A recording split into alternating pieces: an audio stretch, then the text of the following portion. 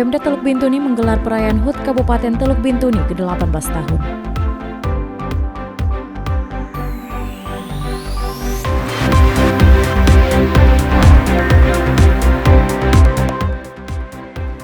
Proses penerimaan calon taruna-taruni Sekolah Kedinasan Politeknik Ilmu Pemasyarakatan dan Politeknik Imigrasi.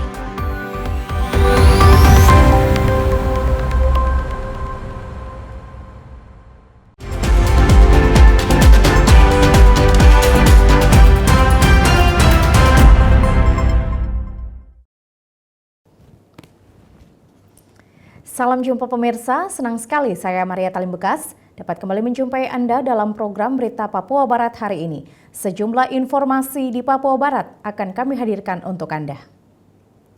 Inilah berita selengkapnya. Pemirsa, Pemda Teluk Bintuni menggelar perayaan HUT Kabupaten Teluk Bintuni yang ke-18 secara sederhana.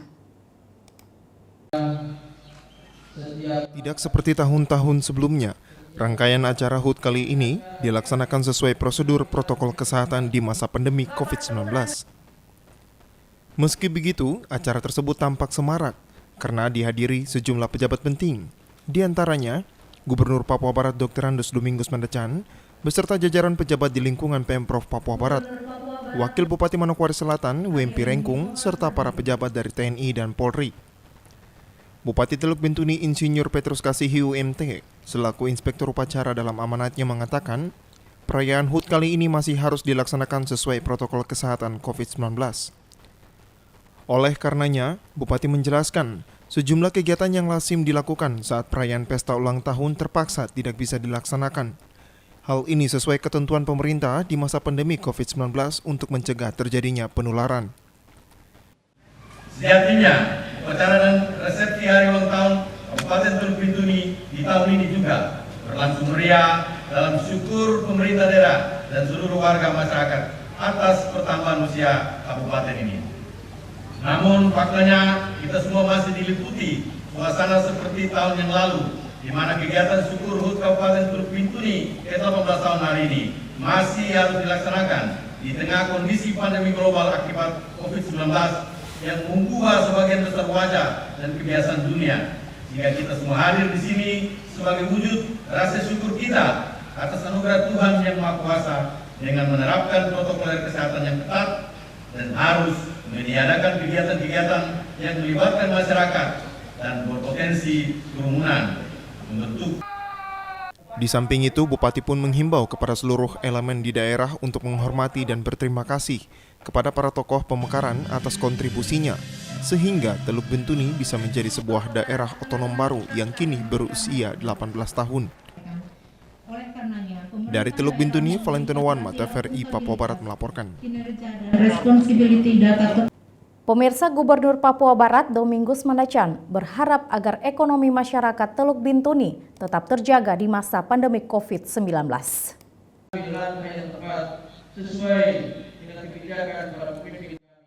Tema Hari Ulang Tahun ke-18 Kabupaten Teluk Bintuni 2021 kali ini adalah Bersatu untuk Maju. Bukanlah semata-mata hasil kerja yang ada saat ini, tetapi merupakan bagian dari jerih payah para pendahulu untuk membangun negeri tercinta Kabupaten Teluk Bintuni. Demikian disampaikan oleh Gubernur Papua Barat ketika memberikan sambutan saat menghadiri Hari Ulang Tahun ke-18 Kabupaten Teluk Bintuni, Rabu pagi 9 Juni 2021, yang berlangsung di gelanggang olahraga Argo Sigemerai. Gubernur mengatakan kondisi perekonomian di Provinsi Papua Barat khususnya Kabupaten Teluk Bintuni selama 5 tahun terakhir telah menunjukkan pertumbuhan yang cukup menggembirakan. Peningkatan pertumbuhan ekonomi ini tentu saja membawa pengaruh yang lebih luas bagi peningkatan kesempatan kerja dan tumbuh kembangnya perekonomian masyarakat sehingga telah mampu mengurangi angka kemiskinan. Upaya pemerataan hasil pembangunan menjadi hal mutlak agar pertumbuhan ekonomi tidak hanya dinikmati oleh segelintir orang saja. Untuk itu, ketersediaan infrastruktur terutama jalan menjadi prioritas utama pembangunan. Agar roda pembangunan ekonomi dapat menjangkau sampai ke wilayah terpencil. Peringatan HUT kali ini mengambil tema Bersatu untuk Maju, membangun kesejahteraan sosial berbasis kearifan lokal. Tema ini memberikan makna bahwa pembangunan yang telah kita lakukan tidak hanya semata-mata untuk memacu pertumbuhan ekonomi, tetapi lebih jauh dari itu, meningkatkan kesejahteraan masyarakat secara merata. Puji syukur kondisi perekonomian di Provinsi Papua Barat, khususnya Kabupaten Teluk Bintuni, selama 5 tahun terakhir telah menunjukkan pertumbuhan yang cukup menggembirakan. Mari kita tepuk tangan untuk Pak Bupati dan seluruh jajaran masyarakat Kabupaten Teluk Bintuni atas partisipasi membangun Kabupaten Teluk Bintuni yang cukup menggembirakan. Peningkatan pertumbuhan ekonomi tentu saja membawa pengaruh yang lebih luas bagi peningkatan kesempatan kerja dan tumbuh kembangnya perekonomian masyarakat, sehingga telah mampu mengurangi angka kemiskinan di daerah ini. Gubernur juga menyampaikan penghargaan dan ungkapan terima kasihnya serta mendoakan para pejuang daerah, baik dalam membebaskan negeri ini dari penjajah maupun dalam memperjuangkan berdirinya Kabupaten Teluk Bintuni yang dimekarkan dari Kabupaten Induk Manokwari. Dari Teluk Bintuni, Rano Kabarek, Valentino Wanma, TVRI Papua Barat melaporkan.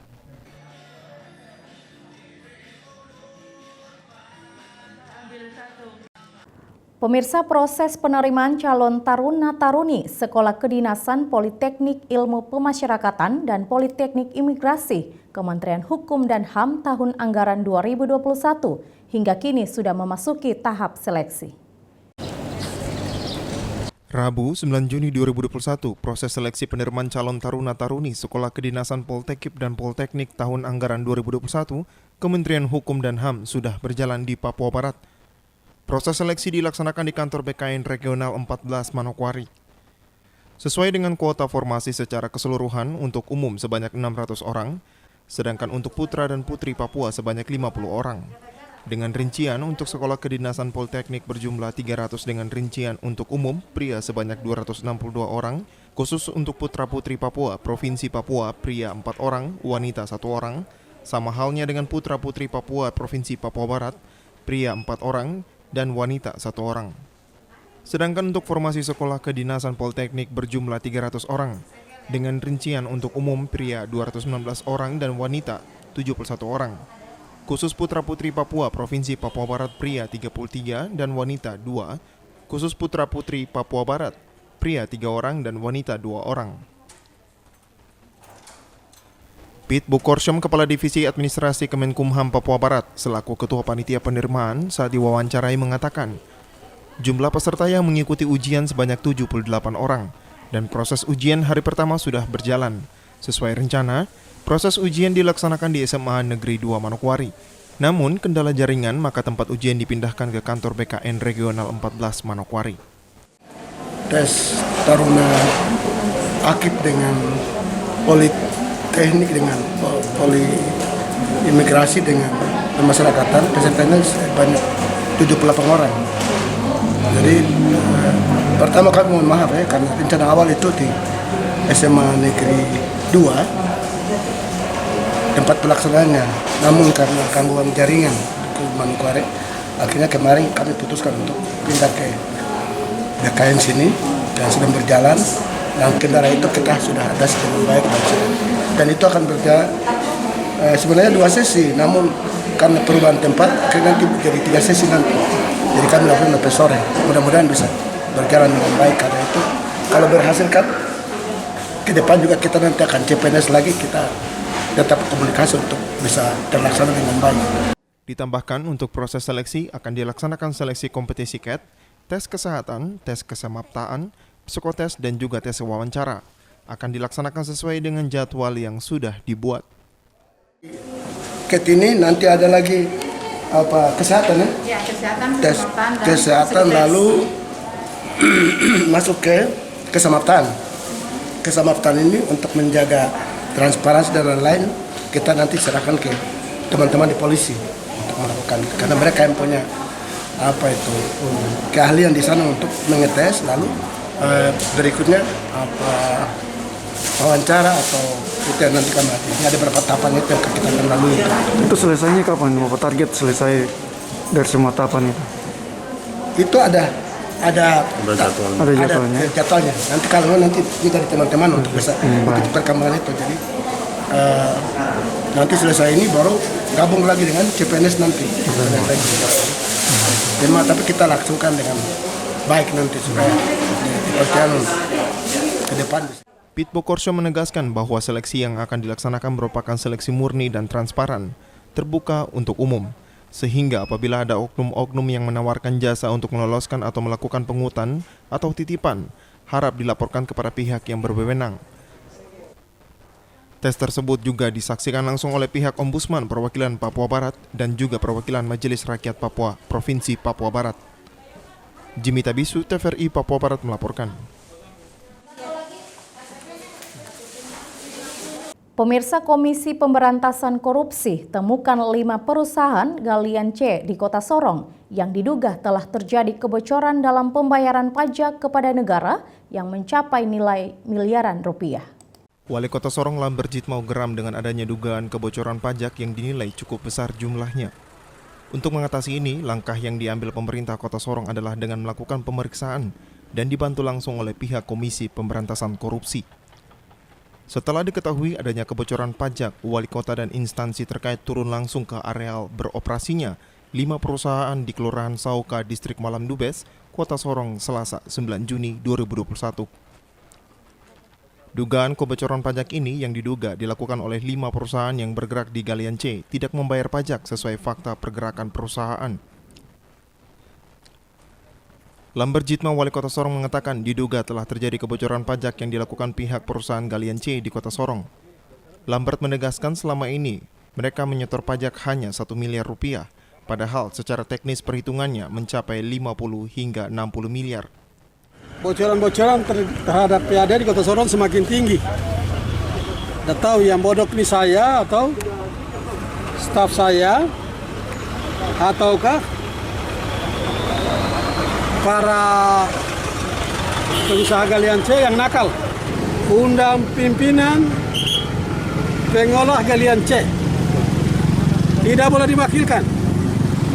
Kalau diwakilkan tutup sementara.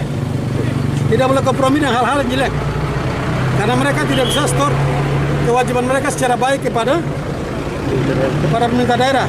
Masa barang itu gemuk, tapi store-nya hanya 1 tahun. Padahal perhitungan orang teknis bisa mencapai 50 sampai 60 miliar. Wah, saya minta bantu KPK, bantu saya untuk membuat regulasi. Bila perlu turun melakukan pengawasan. Pengawasan di operator terkait dan juga pengawasan di setiap itu pimpinan. Sementara itu, pihak KPK angkat bicara soal terjadi dugaan kebocoran pajak. Dian Patria selaku perwakilan KPK mengatakan telah melakukan peninjauan ke lapangan ke lokasi perusahaan galian C yang berada di Sauka, Kota Sorong. Berdasarkan hasil peninjauan ke lapangan ada dugaan terjadinya kebocoran pembayaran dan dalam hitungan kasar terjadi kebocoran mencapai 30 miliar rupiah. Dua tadi ya, dan memastikan seluruh volume angkutan galian C yang lewat jeti itu harus dilaporkan. Kita minta data 3 tahun terakhir. Dari kota, yang paling penting kota ini. Kota harus mengambil peran, mengambil leadership, ya. Tidak boleh lagi ada pembiaran terlalu lama. Menurut sudah kelamaan ini. Istilahnya orang itu bangun siang terus. Mari kita bangun pagi, rubah semuanya, mari kerja yang benar. Jadi termasuk juga pajak-pajaknya. Nah, pajak galian C yang loss ya, yang bocor dari Sauka yang besar sekali menurut kami, hitungan kami. Berapa, Pak? Jumlahnya berapa? Kalau hitungan kasar kami paling tidak 30 M aja mesti dapat setahun. Eko Rudianto selaku Direktur Sumber Daya Kelautan Kementerian Perikanan dan Kelautan menyampaikan telah membuat rekomendasi untuk permasalahan adanya dugaan pencemaran lingkungan khususnya di laut masih dalam dugaan dan perlu adanya pemeriksaan lebih lanjut.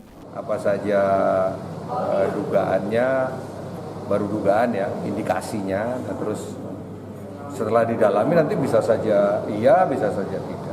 Onografinya, sumbernya dari mana, baru kita bisa menentukan itu yang nambahin sedimen itu siapa, kan gitu kan.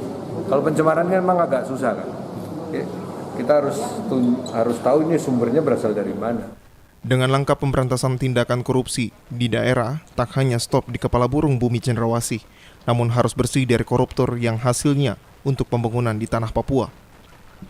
Dari Kota Sorong, Mikal Jasman, TVRI Papua Barat melaporkan. Informasi selanjutnya akan kami hadirkan setelah jeda berikut ini. Tetaplah bersama kami.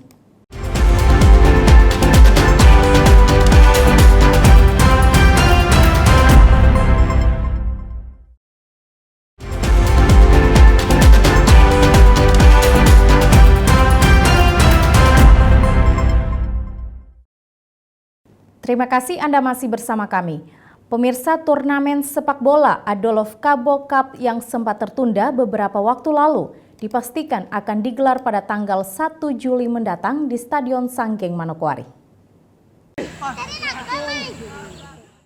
Turnamen sepak bola Adolf Kabo Cup yang bertujuan untuk mengangkat kembali prestasi cabang olahraga sepak bola di Manokwari, walau sempat terjadi penundaan akibat pandemi COVID-19, namun Bupati memastikan bahwa turnamen tersebut akan digelar pada 1 Juli mendatang.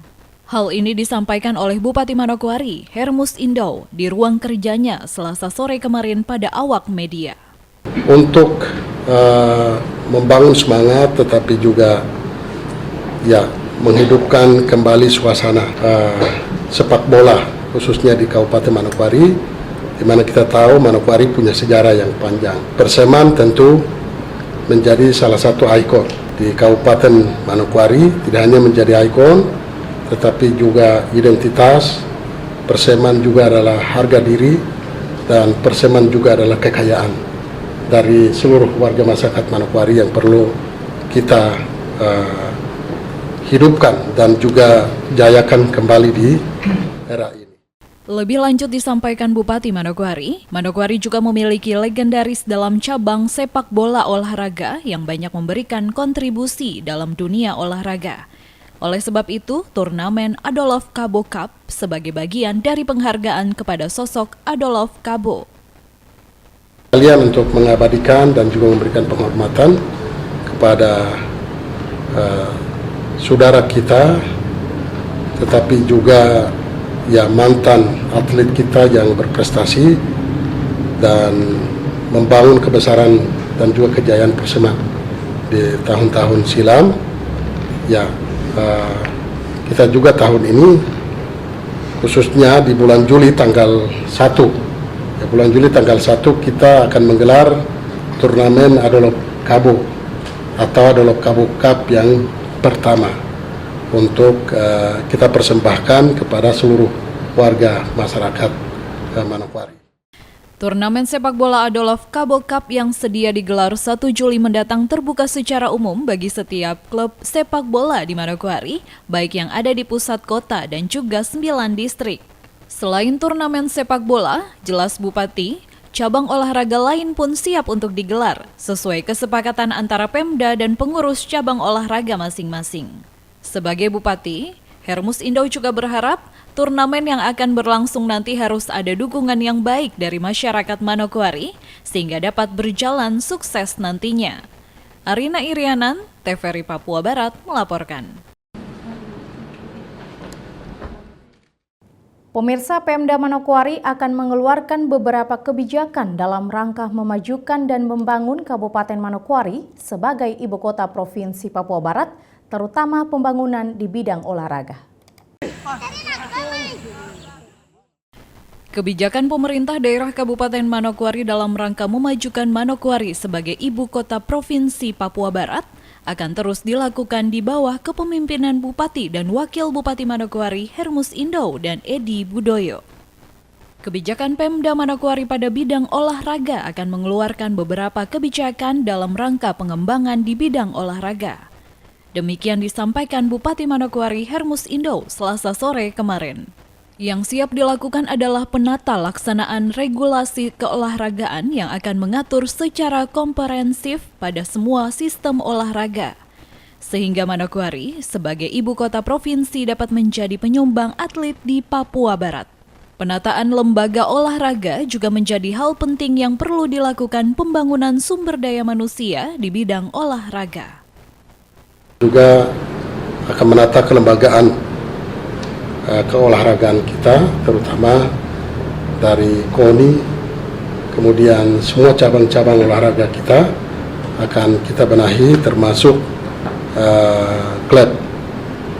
Itu juga akan kita benahi. Kita berharap ya semua kelembagaan ini bisa benar-benar berfungsi dan bisa mengoperasikan semua kegiatan olahraga sesuai dengan cabang-cabang olahraga yang ditetapkan di Kabupaten Manokwari. Kemudian yang ketiga, kita juga berharap ya sumber daya manusia terutama olahraga akan kita juga dorong dan siapkan, baik pelatih maupun juga wasit, termasuk atlet-atlet dan semua cabang olahraga akan kita bina secara baik supaya berkontribusi dalam memajukan olahraga di Kabupaten Manokwari.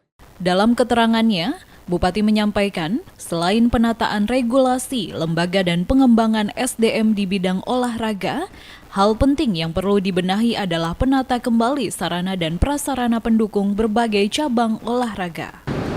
Dan tentu keempat, kita juga ingin sarana dan prasarana olahraga kita juga akan kita perbaiki dan juga kita bangun secara bertahap untuk semua cabang olahraga supaya ini bisa bermanfaat dan juga mampu memberikan kontribusi dalam pengembangan olahraga di Kabupaten Manokwari. Dan tentu yang kelima, kita juga berharap ada kemitraan atau kerjasama atau partisipasi di dalam pengembangan olahraga di Kabupaten Manokwari.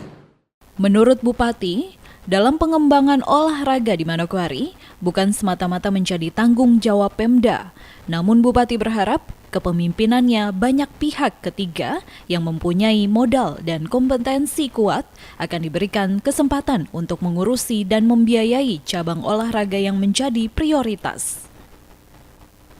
Arina Irianan, TVRI Papua Barat melaporkan. Pemirsa, MTQ mahasiswa pertama yang digelar di Papua Barat oleh Universitas Papua diharapkan dapat menghasilkan peserta yang berprestasi menuju MTQ mahasiswa tingkat nasional. Musyabakoh Tilawatil Quran Mahasiswa atau MTQ tingkat pertama resmi dibuka oleh Rektor Universitas Negeri Papua, Meki Sagrim, Selasa 8 Juni kemarin. Turut hadir Bupati Manokwari Hermus Indo dalam kegiatan yang bertujuan menyiapkan SDM serta pembinaan kepada mahasiswa tersebut. Rektor Unipa dan juga perwakilan pemerintah provinsi hadir untuk membuka kegiatan secara bersama-sama. Untuk itu, Bupati Hermus berharap melalui MTQ mahasiswa peserta boleh meraih prestasi yang baik sehingga dapat mewakili Papua Barat dalam ajang MTQ mahasiswa tingkat nasional. Manokwari atas nama pemerintah Kabupaten Manokwari dan juga seluruh warga masyarakat Manokwari dan mengucapkan selamat dan sukses atas penyelenggaraan MTQ mahasiswa yang ke-1 tingkat perguruan tinggi provinsi Papua Barat, di mana Universitas Negeri Papua percayakan menjadi tuan rumah. Kita sama-sama berdoa dan mendukung kiranya kegiatan MTQ mahasiswa tingkat provinsi Papua Barat ini dapat berjalan dengan sukses dan aman serta meraih prestasi-prestasi yang terbaik yang membanggakan kita semua dan dapat mewakili provinsi Papua Barat ketiga. MTQ mahasiswa pertama mulai berlangsung Selasa kemarin, diawali dengan pengukuhan Dewan Hakim oleh Rektor Unipa. Dengan melombakan 7 mata lomba, yang diikuti oleh 56 peserta yang berasal dari perguruan tinggi di Manokwari dan 1 universitas dari Sorong, serta 1 perguruan tinggi asal Kabupaten Fakfak. MTQ mahasiswa tingkat Provinsi Papua Barat akan berlangsung hingga Kamis besok mengusung tema MTQ Papua Barat sebagai penguat ukhuwah Islamiyah dalam membentuk generasi muda Qur'ani menuju Papua Barat yang aman, sejahtera, dan bermanfaat. Arina Irianan, TVRI Papua Barat melaporkan. Informasi selanjutnya akan kami hadirkan setelah jeda berikut ini, tetaplah bersama kami.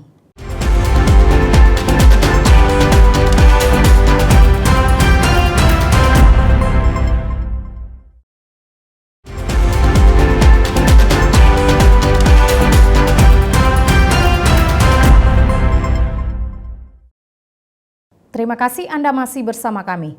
Pemirsa, Kapolda Papua Barat, Irjen Pol Tornagogo Sihombing, meminta kepada anggota untuk selalu waspada dan cermat dalam menanggapi situasi yang berkembang sehingga tindakan antisipasi bisa dilakukan.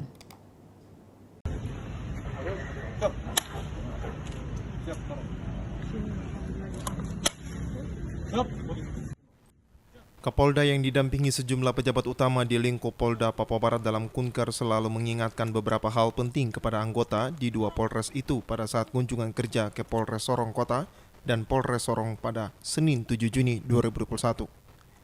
Kabid Humas mengatakan soal citra Polri, Kapolda Irjen Pol Tornagogo Sihombing menekankan agar seluruh personil sungguh-sungguh menjaga nama baik institusi Polri, khususnya Polda Papua Barat, dengan tidak melakukan tindakan atau perbuatan yang menyakiti hati masyarakat.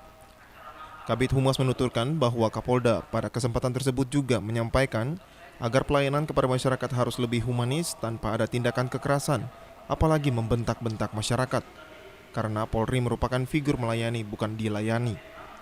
Kabid Humas Polda Papua Barat Kombes Pol Adam Erwindi mengatakan, mengenai COVID-19 Kapolda meminta agar anggota meningkatkan upaya-upaya preventif dalam menekan angka penyebaran COVID-19 dari kegiatan pembatasan, kegiatan masyarakat hingga penertiban protokol kesehatan, serta meningkatkan angka pembangunan posko PPKM Mikro di 312 kampung dari total 348 kampung yang belum memiliki posko.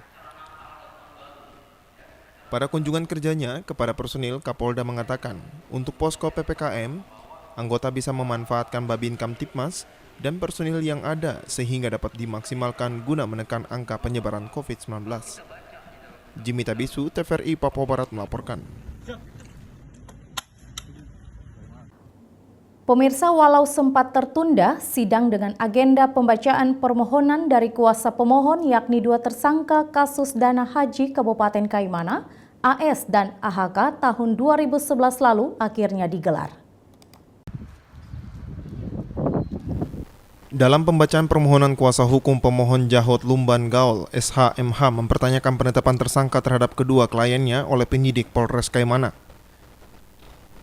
Menanggapi permohonan kuasa hukum pemohon, kuasa hukum termohon yang diwakili tim bidang hukum Polda Papua Barat akan menjawabnya secara tertulis, sehingga sidang kembali ditunda oleh Hakim Ketua Dinar Pakpahan SHMH dan dilanjutkan pada hari Rabu tanggal 9 Juni 2021. Agenda sidang perkara pra-peradilan nomor 1 di Pengadilan Negeri Kaimana dimulai sekitar jam 11:30 siang. Agenda sidang hari ini yang pertama bacaan permohonan dari kuasa para pemohon, dilanjutkan dengan pembacaan eksepsi atau jawaban dari kuasa termohon. Lalu kuasa pemohon menanggapinya secara lisan, tetapi untuk duplik yang akan diajukan oleh kuasa termohon akan diajukan secara tertulis sehingga sidang ditunda besok jam 9 pagi hari Rabu tanggal 9. Sementara itu, kuasa hukum pemohon Jahot Lumban Gaol SHMH kepada awak media mengatakan, menurutnya penetapan tersangka kepada kliennya tidak sah, sehingga pihaknya melakukan upaya pra-peradilan sesuai dengan aturan perundang-undangan Kitab Undang-Undang Hukum Acara Pidana atau KUHAP. Sesuai dengan materi KUHAP yang kita ajukan di sini pra-peradilan adalah penetapan tersangkanya. Penetapan tersangka bahwa menurut kami itu tidak sah yang dilakukan oleh pihak penyidik. Sehingga kita ada upaya untuk melakukan pra-peradilan dan ini resmi sesuai dengan aturan perundang-undangan di KUHAP. Jadi nanti tergantung hakim yang menilai apa sah atau tidaknya penetapan tersangka itu nanti hakim yang menilai. Pokok daripada perkara ini kan dana haji. Bahwa sesungguhnya kerugian negara yang ditimbulkan oleh travel itu sesuai dengan putusan pengadilan tipikor Manokwari, putusan nomor 6 dan nomor 7, bahwa kerugian negara itu semua dibebankan sama sekarang yang terpidana. Sementara itu Kapolres Kaimana melalui Kasat Reskrim Polres Kaimana Ibtu Seno Hartono Hadinoto mengatakan penetapan tersangka sudah tepat berdasarkan tahapan penyidikan. Sampai saat ini kita juga sudah melakukan tahap-tahapan yang semestinya sudah kita lakukan dan sudah bisa kita lengkapi. Jadi menurut kami sudah tepat tindakan. Ya, kita tetap berharap pengadilan memutuskan yang seadil-adilnya bagi semua pihak.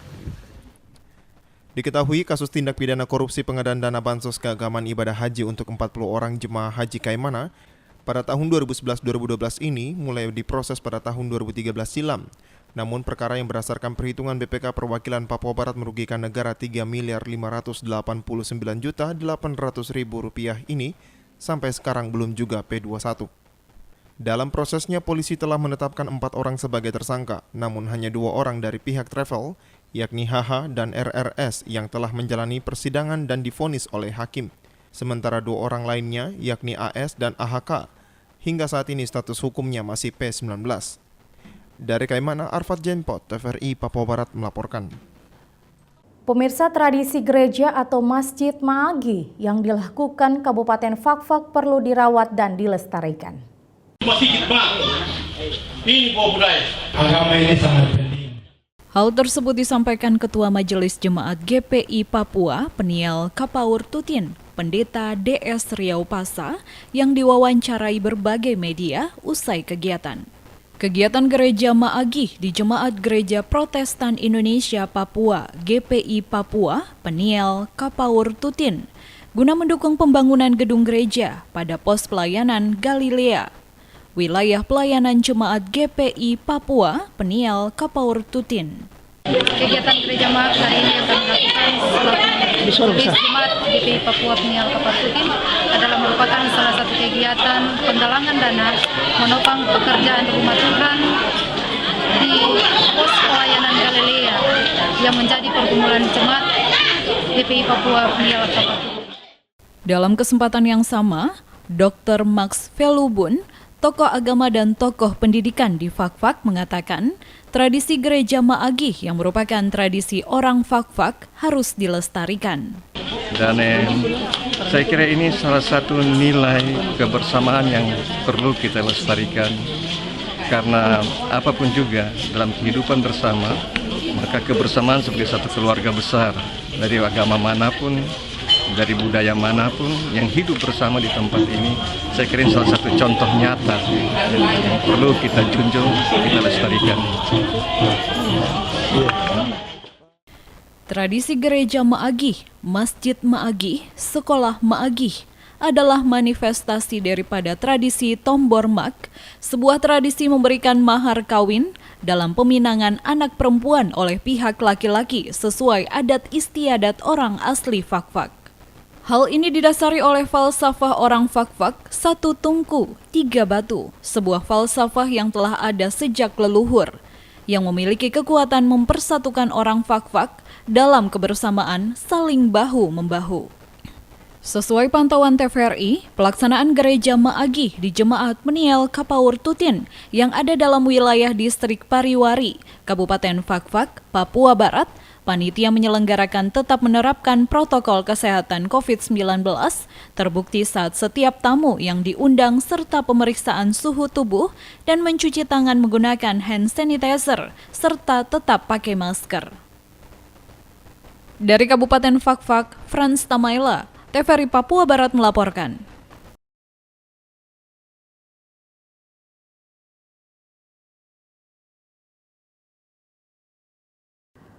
Pemirsa, informasi tadi sekaligus menutup jumpa kita dalam program Berita Papua Barat hari ini. Kami tetap mengajak Anda untuk selalu mengikuti protokol kesehatan agar bersama semua pihak dapat memutus mata rantai penyebaran COVID-19. Atas nama kerabat kerja yang bertugas, saya Maria Talimbekas mengucapkan terima kasih atas kebersamaan Anda dan sampai jumpa.